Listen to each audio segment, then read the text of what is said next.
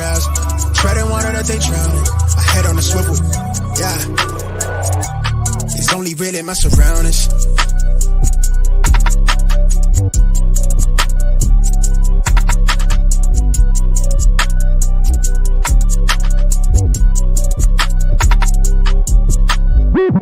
Hello and welcome to episode 248 of the Smash Accept podcast. I'm your host, Michael Royer. You can find me on Twitter at DynastyDadFF. We just brought you some absolute heat talking running backs. Now what we're going to do is we're going to talk about wide receivers that are going to have smash years. They're going to have career years based off of quarterback changes, based off of system changes, based off of all kinds of different things, because we know that when we look at the wide receiver position in PPR leagues, the target is worth 1.78 fantasy points, but catchable targets are worth 2.31. A lot easier to catch it when you're getting it thrown to you, Snoop. Yeah, exactly. I mean, that's the thing that we're talking about. We're talking about guys like Garrett Wilson who get the ball skyrocketed 140 times over his head, and like 20 of those passes are catchable. So we're going to dive into that. Deontay Johnson's another one of those guys. He had like 160 targets and 850 yards on 0 touchdowns 1 year. So these talented wide receivers, I don't care how talented you are, if the QB play is truly that bad, you're not going to do anything. But when there's like a Joe Flacco or like one of those bad QBs that will just gunsling the whole game regardless and take risks, those are the QBs you want. You don't want the Zach Wilsons that throw the ball 17 times a game and complete 10 of the passes.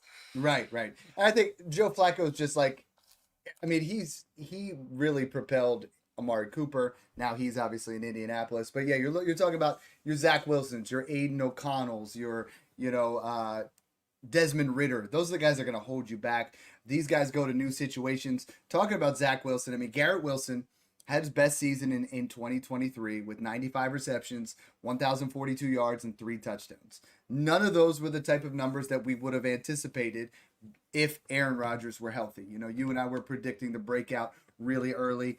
A lot of people look at it as a real downfall that he did not finish as a wide receiver 1. I'm just shocked that he finished as, wide receiver 17, how bad his quarterback play was. Third most targets in the league last year. 11th most catches all time in his first 2 seasons. Phenomenal start. Of those 2 seasons, okay, 2022 was actually worse than 2023. 2022, he had 56.5% catchable balls. That's the worst that we've seen, period. 73% last year catchable balls. Between the two of 2022 and 2023, Garrett Wilson has had the 5th lowest percent of catchable targets his way. That's gross, Now you got Aaron Rodgers, one of the most accurate quarterbacks of all time. Is this 2015 Aaron Rodgers or 2018 Aaron Rodgers or, no, it's not. But it's Aaron Rodgers that can support Devontae Adams for 1,700 yards. It's Aaron Rodgers that I think Garrett Wilson approaches 100 catches, 1,500 yards, and 10 touchdowns. All are in that realm of possibilities with a healthy Aaron Rodgers. And I think they added to the offensive line a little bit. They're really trying to focus on giving Aaron Rodgers weapons, giving Aaron Rodgers more time. If Garrett Wilson and Aaron Rodgers both stay healthy all season, he could be the wide receiver 1 overall. Yeah, I absolutely think so. I think he's a dark horse wide receiver 1 overall finisher. Aaron Rodgers, there's one thing with him when he plays on the football field is he throws touchdown passes. And that's what Garrett Wilson has lacked the past 2 years. Expect a big upstick in touchdown efficiency if Rodgers plays at least 15 games. Even if he misses a couple, Garrett Wilson will finish as a wide receiver 1. He had 4 and 3 touchdowns. Like, that dude is going to score like 10 to 15 touchdowns if Aaron Rodgers plays a healthy season. Christian Watson, he made people think Christian Watson was a superstar 2 years ago. Yeah, since Garrett Wilson and Christian Watson aren't the same person. I can promise you that. Since 2006, wide receivers have had 70-plus receptions, 1,000-plus yards in each of their first 2 seasons. Amari Cooper, Odell Beckham, Michael Thomas, Justin Jefferson, Jamar Chase, Jalen Waddle, and Garrett Wilson. With horrible quarterback play, right? You look at the other guys, and they all had Hall of Famers thrown to them. We got Garrett Wilson here getting thrown to by Zach Wilson. I think we see a spot. Garrett Wilson right now is my dynasty wide receiver. Let me see here. I think I have him right there, slated in that same area as Marvin Harrison Jr.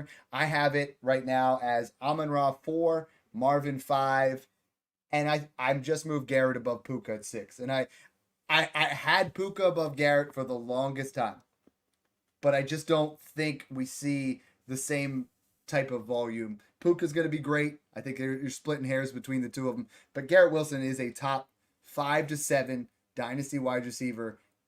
And a lot of people aren't treating him that way yet because they have that, oh, well, he didn't do it year 1 or year 2. What he did in year 1 and year 2 were amazing considering the quarterback play.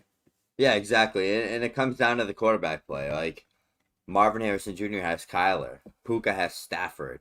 Garrett Wilson had Zach Wilson. Like, that's not... Puka Nacua wouldn't be Puka Nacua. You wouldn't even know who he was if he had Zach Wilson last year. If Garrett Wilson had Matthew Stafford last year... 1,700 plus. he like, either year, if he has Matthew Stafford, he would have broken those records. Not taking anything away from Puka. He was phenomenal.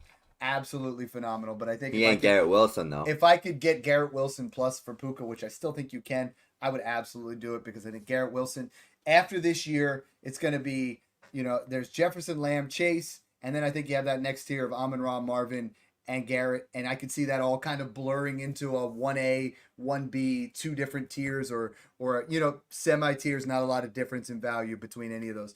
What I got to ask you right now is we always talk about trying to make insulated trades, trying to assess that next guy. I was trading Justin Jefferson for CeeDee Lamb plus. I was trading, we've been making those trades for years where, right now, if I'm going off of CeeDee Lamb, Justin Jefferson, or Jamar Chase, what's the gap to Garrett Wilson for you? First. What first? I think it's probably mid to late. Maybe probably mid. 6 to 7, I think. Yeah. 5, 6, 7-ish. So if you get that random first, and you and I love random first because most of those guys are the guys that think they're going to be in the playoffs, but they're not going to. They want that last push. So if I can go ahead and I can get Garrett Wilson in a random first for Jamar Chase, I think I would do it right now because I think that would give you another opportunity. So when you're all said and done, you get Quinshon Judkins and Garrett Wilson. Then next year you're getting 2 guys that are going to be, because right now Garrett Wilson is going mid-second round of startups. I think he moves up to early second or at least stays in that mid-second range, but you're going to get that first rounder that is truly mid, which by next year will be a 4th round grade. So you're going to get a 2nd and a 4th for a guy that's late first. And I'm for that 9 times out of 10. You can absolutely get that. If it flips out to be late, then I think you lose a little bit, but you don't lose a lot. So, Garrett Wilson is someone that I'm totally invested in. I've been buying shares. I even, overpaid a little bit. Speaking of which, we just got some YouTube. Jordan Davis says, hey, what's up, guys? Just found you guys. Love it. We are on YouTube. We do this show live. We make sure that we're trying to be as active as possible with both the Patreon, with YouTube, and with Twitter. So appreciate that when you guys reach out. Snoog, the trades that I want to make now is I want to tier up to Garrett Wilson. There's not a lot of opportunities to tier down. I'm going to go over a couple of trades here, and I want you to tell me, would you rather have Garrett Wilson or the package? Drake London and the 202 or Garrett Wilson? Garrett Wilson. Drake London and the 110 this year. Is that the line? Yeah, I'd make the bet on Drake London there. I think they're both in similar situations, just like QB, long-term outlook type thing, but Garrett's just a better player. It's just... Tyreek Hill and the 109. Tyreek. Yeah. What with that? It's the same kind of thing, like 110, 111. I'm a sucker for getting elite production and then getting more like on top value. And then I could go from Tyreek to Adams or Evans and get another first. And it's like that. I'm always thinking about that next move, and we always talk about that on the show. Is I don't have to keep Tyreek Hill, and if I have to, then let's go. I get Tyreek Hill. That's the difference between buying Chris Olave and Tyreek Hill, right? Because Chris Olave, you're going to get middling production. Tyreek Hill, you're going to get guaranteed, as long as he's healthy, a top 3 wide receiver, guaranteed. You know what I mean? Like that's what you're going to get week in and week out. And then you take that other first, and now all of a sudden you're all in, and you either keep it for next year and get yourself a running back, or you say, you know what? I'm going to take that last push and I'm going to buy Derrick Henry. I'm going to go all in. So yeah, I got no problem there. How about the tier that I really want to talk about is Nico Collins, Jaden Waddle, Brandon Ayuk, and Devonta Smith. All of them 25, 26 years old. What would you add? Would you add a first on top of these guys to get to Garrett Wilson? Depends what the first is, but probably 8 to 12. 8 to 12 for sure. Later. I think it has to be 10, 11, 12. Okay. All right. Yeah. What about we get down to the next tier below that, where it's DJ Moore, Michael Pittman, DK Metcalf, George Pickens, T. Higgins. I'd give a mid first on top of any of these guys to get Yeah. Garrett Wilson. Yeah. And I think that's where we really start to go is Tank Dell in a first, T. Higgins in a first, George Pickens, Metcalf, Pittman, DJ Moore are three of the guys where I'm like, they're Crazy entering that age. Pittman's in that tier. He is though. I mean, like, I know you don't like him. I know he's a fade. I'm personally, but value is value. So if I can take him and I can flip him to get into another tier, I'm absolutely doing it. You know what I mean? And I think those were trades that I would make is any of those four guys, Moore, Pittman, Metcalf, Pickens, as much as I like them, I'll add a mid first and get myself up there. So Yeah. and we got a couple more. Happy Wednesday from Mile High Luke. Thanks Let's for go. messaging in. And what about the rookies? Brian Thomas Jr., Xavier Worthy, Lad McConkey.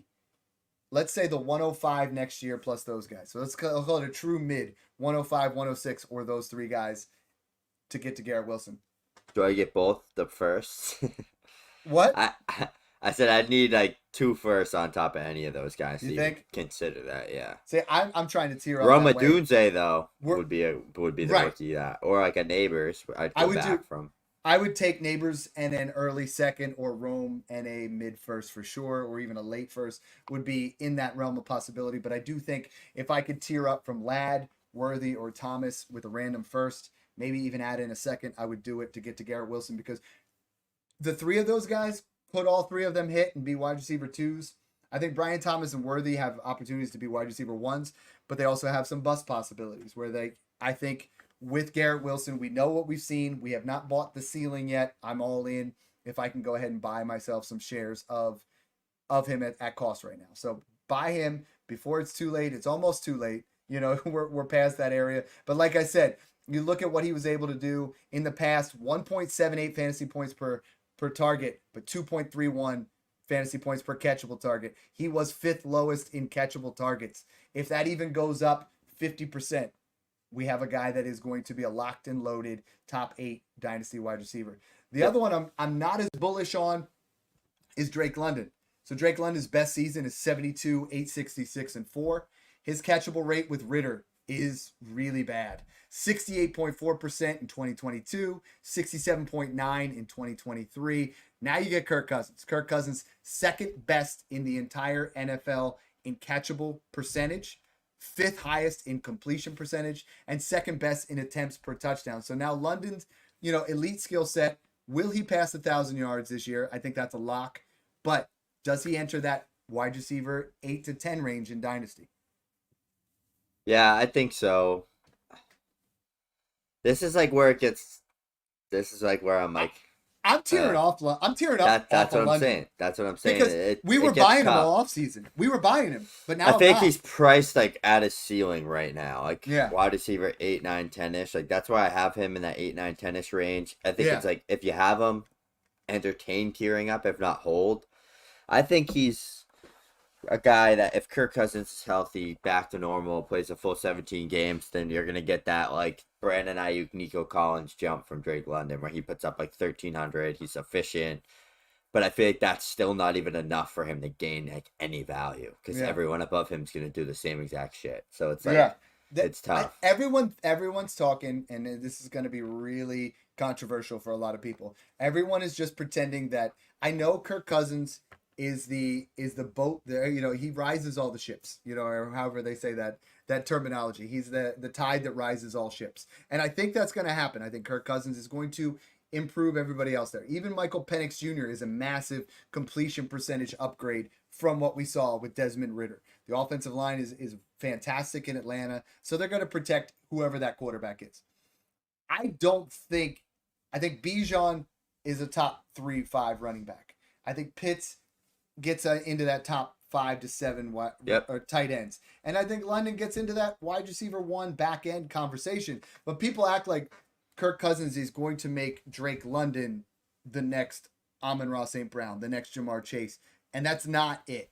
Like, I don't think that's where he is. I like him talent-wise better than Chris Olave, but I don't think he gets to where Garrett Wilson, Marvin Harrison, Amon-Ra St. Brown, because of, we haven't seen it. We would have seen something, right? Like Garrett Wilson with trash quarterback play was 90, 95, 100, or 1,000 yards, and the touchdowns were low. Drake London with, Heineke was playing and Ritter was there, and the offense was better than what it was with the Jets, was 72-866. So there is a difference there. I think we have to take that into consideration. I did a poll a couple of months ago, and people preferred the 104, the 105. He was going for about the 106, and I feel like that's about right. Yeah, that sounds about right. That's market value in my opinion. Do you think you could get Rome Odunze in a second for him if you're rebuilding? I think there's a little bit of hype there where I think we can cash out a little bit. Yeah, I think so. I think I'd take that. I think I'd take Rome too, because I think Rome is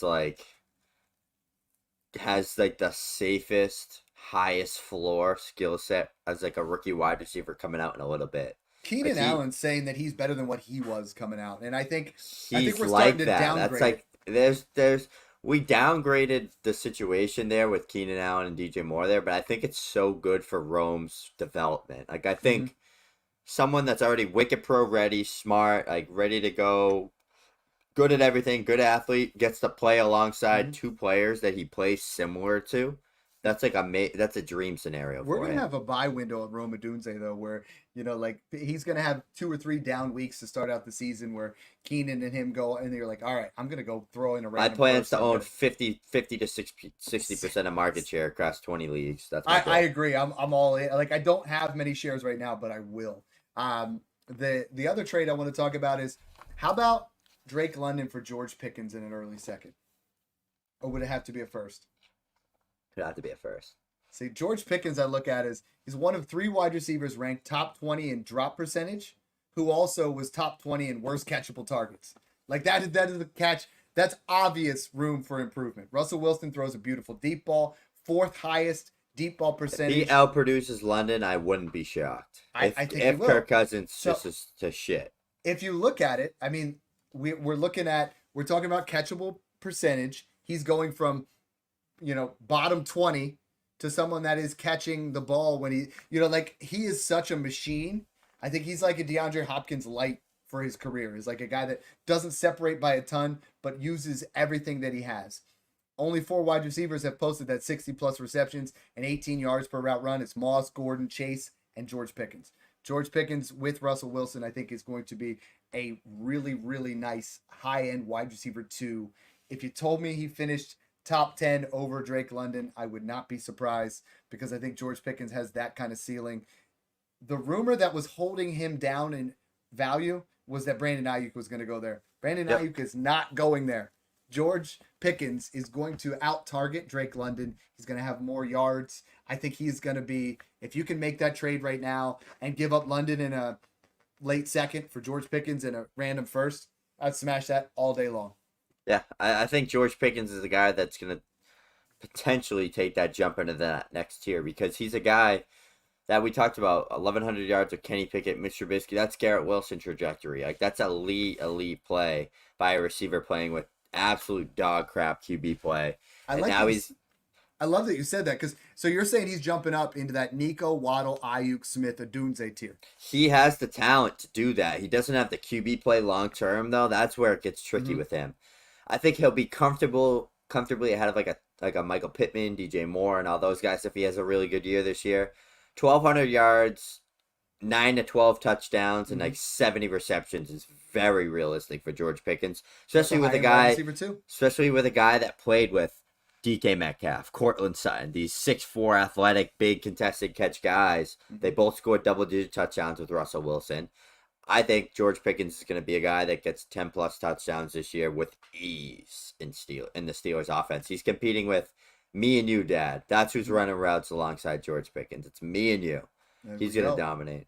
I know we talked about, in the bounce back episode, we talked about Hollywood Brown. And Hollywood Brown, we talked about where he literally, in the first couple weeks with Lamar, he was the top 12 wide receiver. First couple weeks with Kyler until those guys got hurt. Now he gets Patrick Mahomes. We know that. We're seeing the camp buzz. We're seeing Xavier Worthy catching bombs. We're seeing Rashee Rice catching bombs.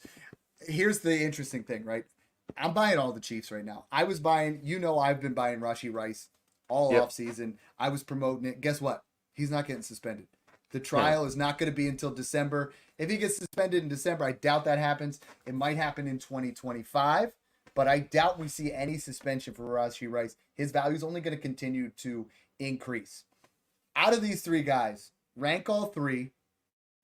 Are you investing in all three? And again, Patrick Mahomes is going to throw for 5,040 this year. 5,000 yards, 40 touchdowns, MVP. Book it. This is your QB1 next year. You know, I think he passes Josh Allen or stays in that same tier. Mahomes all day, but this offense is scary good. Yeah, I think it's definitely worthy. Rice is a 1A, 1B. That's how I like to look at it. I think they're the guys long term. They're the guys that when Kelsey's gone, it's going to be those two. You got your speedy vertical deep threat, and then you got like your kind of gadgety, like, I don't even know. What the heck is Rashee Rice? Like, what is he? What kind of player is he? He's not an elite route runner. He's not a guy that consistently wins downfield. I struggle with what he is. That's why I just feel like Worthy's just such like a better, safer skill set. He's just as good after the catch. He's just as good in the short areas. He was great in the screen game.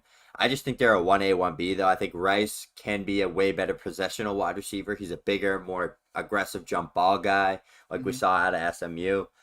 I think they're the 1A, 1B, and I think Hollywood's just long-term nothing. I don't know what he's going to be after this year, but I think this year Hollywood will be like he'll be a top 40, top 30 guy, top 35 guy. I think Hollywood Brown finishes as a wide receiver 2 this year, as does Rashee Rice. And I think Worthy is a perfect best ball guy. I think Rashee Rice has become the best value in the dynasty wide receiver position because we had him as a top borderline before the suspension talk, before they drafted Xavier Worthy, he was borderline top 12 in a lot of people's boards. And now he's been going like wide receiver 30.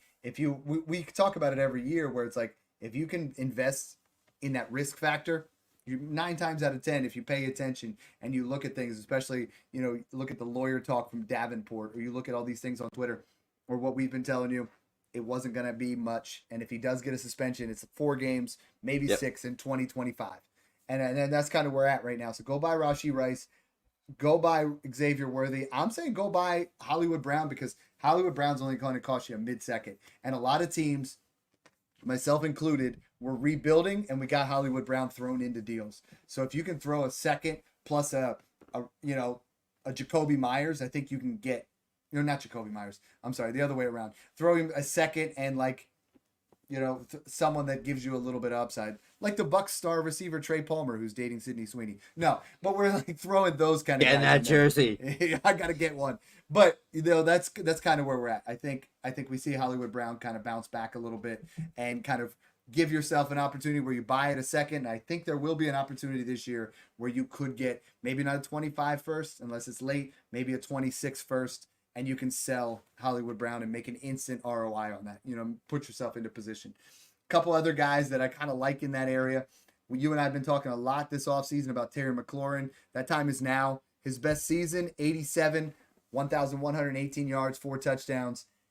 Another guy, bottom barrel catchable target rate, 69% the last 3 years. That is 71st out of 109 wide receivers graded.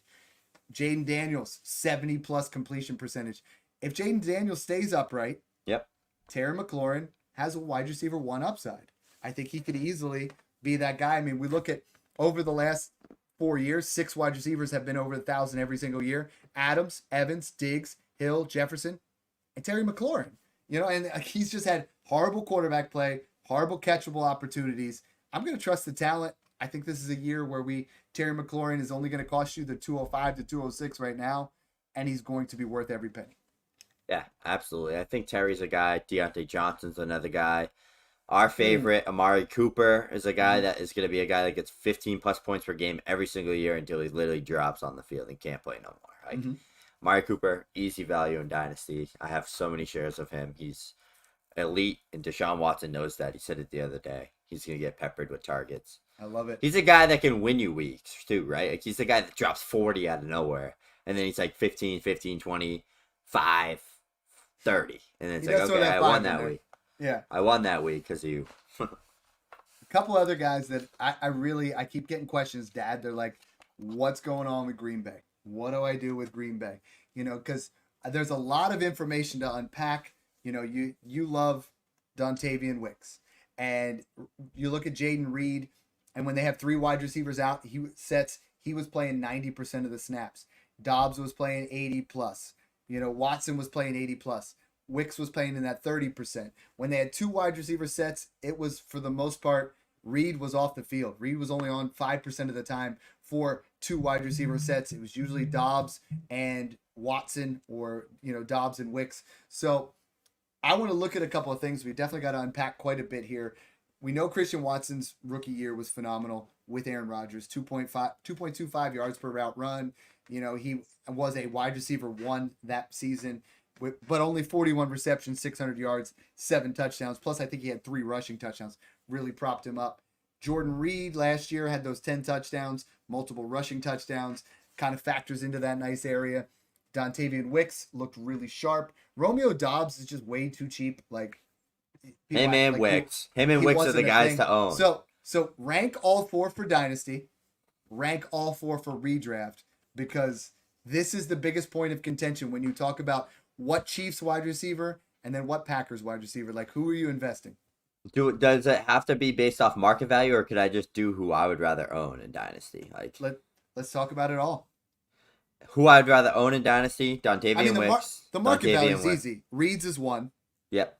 And then I think Watson's 2, over actual market value. And then Wicks is 3, and then Dobbs is 4. Or actually, I think Dobbs is 3. Yeah, Dobbs is 3. Wicks is 4 right now on keep trade cut and stuff. But yeah, I think so. For who I'd want to own in Dynasty, it's Dontavian Wicks, Dontavian Wicks, Dontavian Wicks, and Dontavian Wicks. You want Dontavian Wicks in? No, but for who I'd want to own, it's Wicks 1, Reed 2, Dobbs 3, Watson 4. I don't really care for Christian Watson. He's not polished enough to be the Alpha X there. He's more of that gadgety slot athletic guy, and that's what Jaden Reed's for. I just think Christian Watson's a guy that has no hamstrings. I don't like predicting injuries, but even if you just look at what he is as a talent, I don't think he's that great of a player. I think he's super athletic. He's a decent player. He's a good number 2 or number 3 to have on a team, but he's not going to be that team's number 1. No way. I refuse to believe it. He doesn't have the polished route tree like Dontavian Wicks does. He doesn't have the ability to make plays consistently in the short areas like Jaden Reed, kind of being that gadgety Debo type player. I think it's Wicks and Dobbs are the value plays there because they're those Alpha X style guys that can win on the outside. I just think if you're going to chase upside in a Jordan Love offense, you're going for that X guy because he's the guy that has that 10-plus touchdown upside. And Wicks is the cheapest, so that's why I'm rolling with that. For redraft, though, Jaden Reed 1, Wicks 2. It's so hard with Watson because the over-under him playing 8 games is so slim. But I'd probably go with him and then Dobbs. Right now, Jaden Reed is ADP of 55. Christian Watson is 65. Romeo Dobbs is 108. Dontavian Wicks is 116. So, I think the thing we got to look at is when Christian Watson was on the field, though, last year, he was getting more reps. He was getting high-level starter reps and was the guy that was, he had a couple nice weeks last year. And I think he's going to be a perfect best ball guy. I personally, and this is where when I go with ambiguous running back situations, I'm okay because I want to trust my gut because I really trust it on running backs. When it comes to ambiguous wide receiver situations, you know what I do? I trade him. That's where I'm at. So right now, if I don't like Romeo Dobbs, then I'm going to trade. He's in the same value window as guys like DeAndre Hopkins, Jahan Dotson, Jalen Polk, or I might tier up and get myself, a guy that I trust in more like an Amari Cooper, a Chris Godwin. I might add a late second to kind of get into there. You look at where Christian Watson and Dontavian Wicks, I have them as my 47 and 48 on Dynasty rankings. In that same tier as Adonai Mitchell, Keenan Allen, and Calvin Ridley.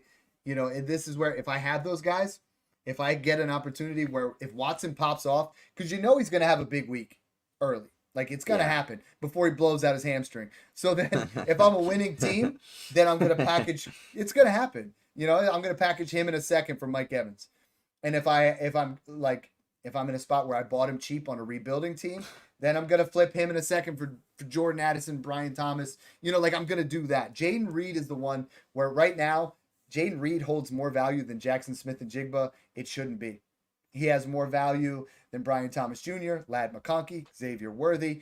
He's not that far off Tank Dell. If I can get to one of those guys, Snoog, this is how you win in Dynasty, right? You don't have to believe. You can invest in a guy and buy him, but you don't have to believe that that's going to be your long-term thing. So, yeah, I got Reed in the late second of rookie drafts. Yeah, I'm really willing to trade him right now for Jackson Smith and Jigba, or Lad McConkey, or T. Higgins, or Zay Flowers, or Tank Dell, or Keon Coleman plus, or like there's just endless possibilities. Give me Deontay Johnson plus. Like get yourself into a scenario where we don't know the scenario, so buy the cheapest one or trade out. Absolutely, and that's the thing is always stay fluid in the market process and the market value. Always move back and get more. When you're stuck in that pocket of value at the wide receiver position, move back, and then move back again. Like you could go from Jaden Reed to JSN to Amari Cooper to DeAndre Hopkins to Dontavian Wicks and get like 2 seconds on top, 3 seconds on top. So just keep moving back when you don't really feel comfortable. But I love that range, man. Like you could get like two true anchors, like pair up a CeeDee Lamb with like a Marvin Harrison Jr. or like a Garrett Wilson or an AJ Brown, and then go get like Amari, Deontay Johnson, and George Pickens, and then you got like a kick-ass wide receiver room. So we got an interesting question sent in here from Zach. He said, "How do you rank the number 2 wide receivers on teams?" So we look at with Tyler Boyd leaving. He says T. Higgins is his favorite wide receiver 2 on any team for 2024. I mean, you're looking at. Let's look. I mean, you got Jalen Waddle, you got Tank Dell, Devonta Smith, Deebo Samuel, Keenan Allen. Who else do we have in those kind of names? I mean, Jackson Smith and Jigba, DK Metcalf. He's the number 1. No, but I mean, like, who is your? If you have to invest in, who are your top 3 for 2024 producing as the wide receiver 2 on their own team? Waddle, Smith, and whichever Texans wide receiver you consider wide receiver 2, or Deebo, and I think Higgins. I have Higgins as my 4 there, and I think Deebo would be more in that 5 area. Higgins could be the 1. Like if Higgins hits his true ceiling, he could be the best performing number 2. Like, and him and Ayuk right now are low key buys for me in Dynasty because they're going to be free agents next year. Like they're either going to stay in a situation that is fantastic or they're going to go somewhere and be the number 1. Man, Brandon Ayuk or T. Higgins to Buffalo. Let's just make it happen. Chargers, what I mean? Like, New England. Yeah, there's so many opportunities. There are complete wide receiver void teams in the NFL. There are teams that are just trying to piece it together. Where the Bills are going to roll with Kincaid and Coleman, and then they have Shakir and Curtis Samuel. Like there are teams that are just. They're void of that wide receiver position. They're going to pay these guys. They are going to go somewhere. And ultimately at 27 years old, going to get another value bump. Like they're in that area where Deontay Johnson left and got a value bump at 27 years old. They're going to get that same kind of treatment there. And I love buying in on those guys. Who are some other guys that you think, Snoog, that this year, you had mentioned Deontay Johnson, who's another guy that has a career year where you're like, all right, this guy had, just like Christian Kirk, not last year, but 2 years ago, had that career year where you're like, you bought him. I was buying him all off season instead of, Calvin Ridley. He popped off. Then it was like, all right, you had some value there with Christian Kirk. Who's that guy right now that you're like, this value just doesn't make sense and you're going to be able to flip him? I really like Stephon Diggs' value. Wide receiver 43. Noah Brown, Tank Dell, Nico Collins all paced 1,000 yards last year. Stephon Diggs and Noah Brown aren't the same person. I can promise you that. There's a chance Diggs leads this team in yards. It's probably not going to happen. It's probably going to be Nico. But I think there's a chance Diggs does meet that. And he's in that wide receiver 40s range. Amari Cooper, another guy in that wide receiver 40s range. Just an elite talent. Still 22 years old. Yeah, Diggs can leave next year. Yeah, so that's what you want is you want a guy that gets you into that area. A lot of I'm gonna mention some other guys that you just say smash or pass for 2024. Because there's a lot of people that this is like your do or die situation sometimes on guys like smash DeAndre Hopkins, wide receiver Jameson 65. Williams Pass. at 53. Pass. Jahan Dotson at 52. Pass. Jalen Polk at 50. Smash. I think he's a little. He's like properly valued. Yeah. I'd rather Javon Baker at like wide receiver 80 though. Oh yeah, he's way down there. That's crazy. Jacoby Myers is one that has been interesting. Pass for me. Yeah. No upside with these guys. You're just chasing flex play with these guys. 100%. So I mean, like the wide receivers this year, I'm really excited. I think we're at D Hop, a golden spot. Oh, he's super cheap, super cheap. super But cheap. even him and Calvin Ridley are both you can get for a second. I think we're in this golden age right here of wide receivers. I have 17 guys that I would not be upset with as my wide receiver one.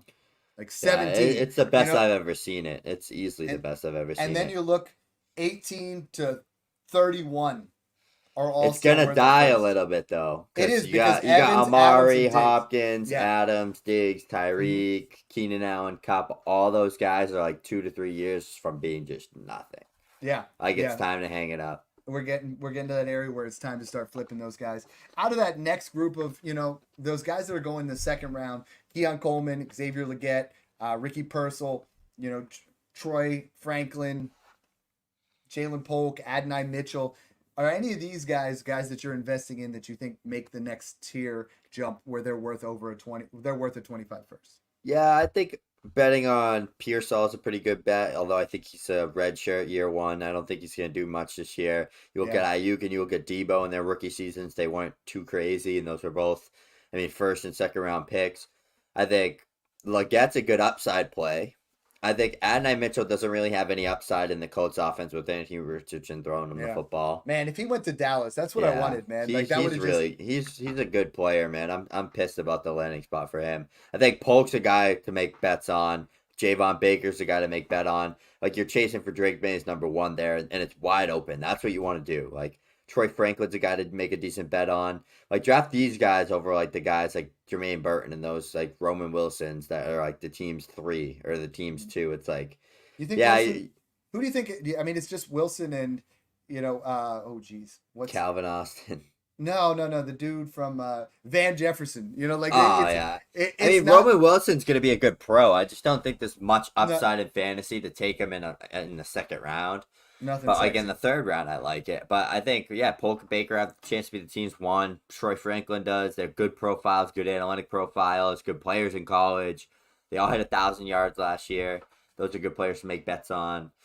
Trying to think who else. I really like Wicks, obviously. D Hop in that 65 range. I'm really just targeting like Amari and Diggs and like those guys a lot. I'm trying to win. Last year I was like 50-something% of my leagues won out of 20. So I'm trying to like get that number to like 60%. I'm gonna do everything I can. I know you can only do so much, and then it comes to a point where it's like, okay, you're just getting into the luck range once you hit fantasy playoffs. But it was harder last year, to be honest, because like I had the pod, I had all the Patreon, I had so much other to focus on rather than just fantasy football like I could during college. Like I have to work now. Like everything's different. So we talk about it all the time, but we can't always draft it that I tell you to do all this stuff, and then like I'm like, shit, I didn't even have time to do it for myself, and then I got to go through and do it. So yeah, and that gets tricky because you start to try to juggle it all. But that's what we're here for, to help you guys win. So Snoog wants to focus on his team. We're here to help you guys focus on your team. Make sure you guys check us out on YouTube. Make sure you check us out on Patreon, patreon.com/SmashAccept, where you get all of our content, redraft and dynasty. Thanks again for tuning in, guys, and enjoy the process.